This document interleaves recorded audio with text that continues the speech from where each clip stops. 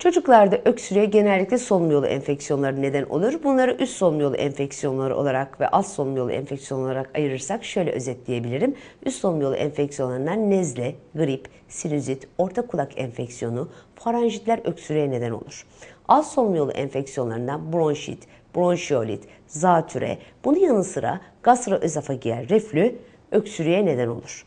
Aynı zamanda alerjik öksürükler, ortamda istenmeyen bir şeyin varlığı, kedi tüyü, köpek tüyü, ev tozu akarı, parfüm, herhangi bir koku, bunlar da öksürüğü tetikleyebilir. Öksürük vücudumuzun reaksiyonudur. Solunum yolunun irritasyonuna bağlı olarak ortaya çıkabilir. Çok sigara içilen bir ortamda bulunan çocuk da öksürebilir irritasyona bağlı olarak. Önemli olan öksürüğün nedenini bulmaktır.